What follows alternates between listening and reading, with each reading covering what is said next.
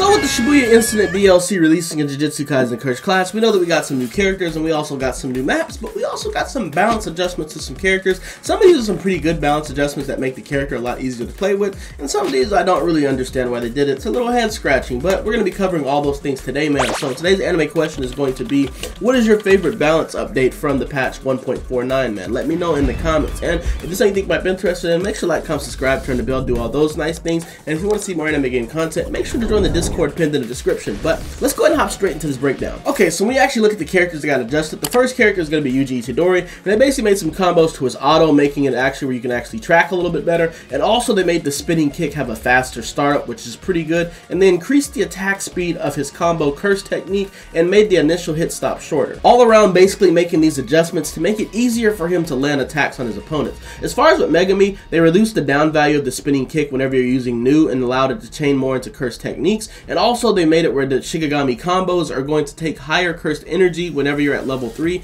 and they reduced the damage dealt by Cone, but they increased the damage dealt by New. So all around this is basically a buff to New and some of his combo ability.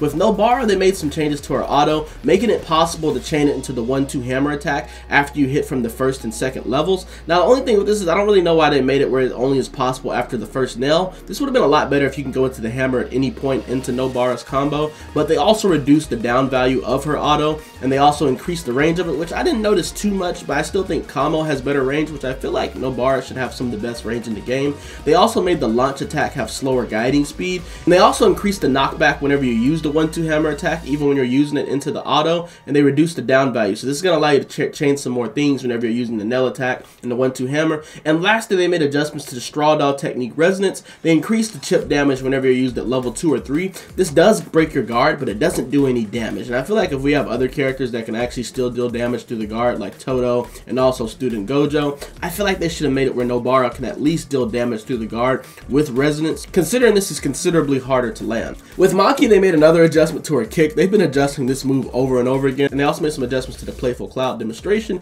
increasing the move's guiding speed. So I think that's pretty good for the ultimate and allow you to hit it more often. With Toge, they made some adjustments to his dash speed, making him a faster character. They also increased his tornado kick, enhancing the move's vertical guiding, and also with the Frenzy and Blast Away, they made the start up faster, they increased the guiding speed, they made the hit stop shorter, and they also reduced the angle and speed at which the enemy is blown away, allowing you to actually be able to follow up a little bit better, and they increased the attack speed whenever it hits. So a lot of adjustments with Toge, and also with his stop, they increased the duration of the attack window for you to be able to follow up. So my Toge main, y'all definitely got some good changes. We move over to Nanami, they raised the cursed energy basically from all his moves. You're going to be able to get your cursed energy faster, especially whenever you actually land this ratio technique, and they expanded the attack range of the shockwave. This is the shockwave attack that got the most adjustments. They raised the cursed energy level that you get from this. They also extended the duration of the attack window, but I still think Nanami still needs a lot more. I think the change that will really make this character liable is that if you actually land the ratio technique, this should be unguardable. I think if they do this, this will make this character a whole lot better. So if you're listening to this, Bandai, make any ratio technique landed unguardable from Nanami, and this character will definitely be pretty good. With Momo, they gave her a small nerf, basically making the startup slower whenever she's using her wind scythe. I didn't really notice too much. It still seemed like it activated pretty quickly. With Mai, they made some adjustments to the rapid shot and also taking aim, basically reducing the damage that she can do to your guard whenever she hits you with these. I'm guessing before it was pretty easy for her to break through your guard whenever she's actually hitting you with the rapid shot. They also made some adjustments to Miwa. They reduced the character health, which is something that we haven't really seen a lot. I just think they did that with Toji. And they also adjusted the launching stash. They extended the stun duration whenever you miss the attack, so you're going to be open more often if you don't land this. And they reduced the angle at which it becomes possible to guide the opponent vertical. So you're not going to be able to just track like you were with this launching slash before. And they also reduced the move guidance of the extracting slice. So all around some speed changes to Miwa and also a health reduction, since we know that she does do a lot of damage. They made adjustments to Etsuo and Ketsuzu as well. With the pursuit attack and the overkill, they basically shortened the duration of where you can actually lock somebody in their stun. If you don't know, when some moves actually go on,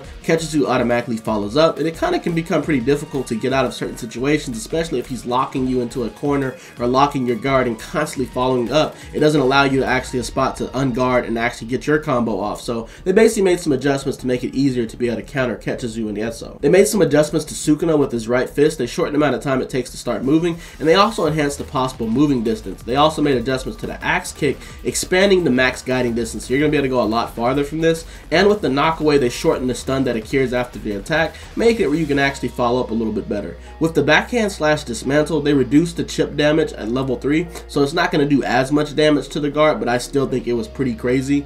And with this Fuga, they extended the elapsed time between the stance at the attack level of 2 and 3, so they made it where it actually pops out a little bit slower, but I didn't notice too much of a difference with this. I still feel like you can get the Fugas off pretty quickly, but I think we'll definitely start seeing some differences as people start playing more matches. And Toji got one of the biggest nerfs. They basically increased the dash consumption whenever he's using his dash on the ground. His potential technique, Sorcerer Killer, they shortened the duration of the reduced gas gauge consumption. With the slash kick, they slowed down the timing of the change from the initial to the second phase, or from the initial phase into high speed movement, so you're not going to be able to actually just combo this with the high speed movement as good. With the Haymaker, they slowed down the timing to actually go into high speed movement. A lot of these changes were not allowing him to be able to go from one extraction technique directly into his high speed movement, basically slowing him down altogether. With the bisecting thrust, they made it impossible, so you used to actually be able to still go into high speed movement even if you miss when you use the bisecting thrust, but now you're not going to be able to do that. When the initial phase misses or is blocked by an opponent, you can't use the high speed movement as fast. And they also reduced the inflicted damage whenever you're doing it onto the guard, so you're not going to be able to break the guard with like only 2 of these now. Now it takes almost like 3 of the bisecting thrust to break through the guard.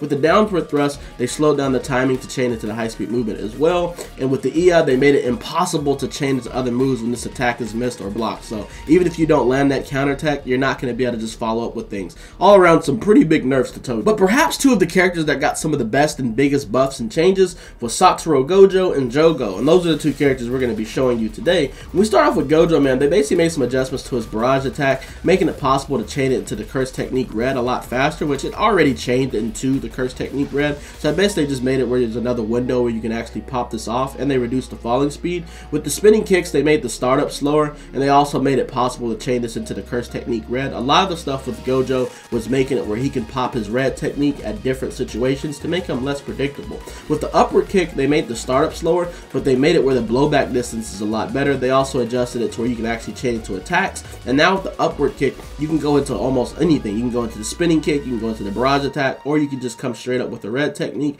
And they lowered the cursed technique that you actually get from this, and they increased the down value, but the upward kick is definitely a move that you can use to start combos with Gojo now. With the spinning click flurry, they increased the down value, so you're not going to be able to spam this as much. People used to really use this going from the auto into the spinning kick flurry, or going from the down triangle into the spinning kick flurry. They've made adjustments where it's not just going to be as easy to pull this off. And finally, they made adjustments to the cursed technique red reversal. They reduced the attack window, they also reduced the inflicted damage, and they increased the number of explosions for level 2 and 3, making it where it's actually going to, deal more damage to you if you get hit by those other explosions. And they made the next explosion generate from the enemy's position when the attack lands. So I didn't really see too much differences with the cursed technique red, but you can definitely tell that there's a little bit more explosions whenever you pop this off. But let's actually hop into a match and see what we can do with Gojo.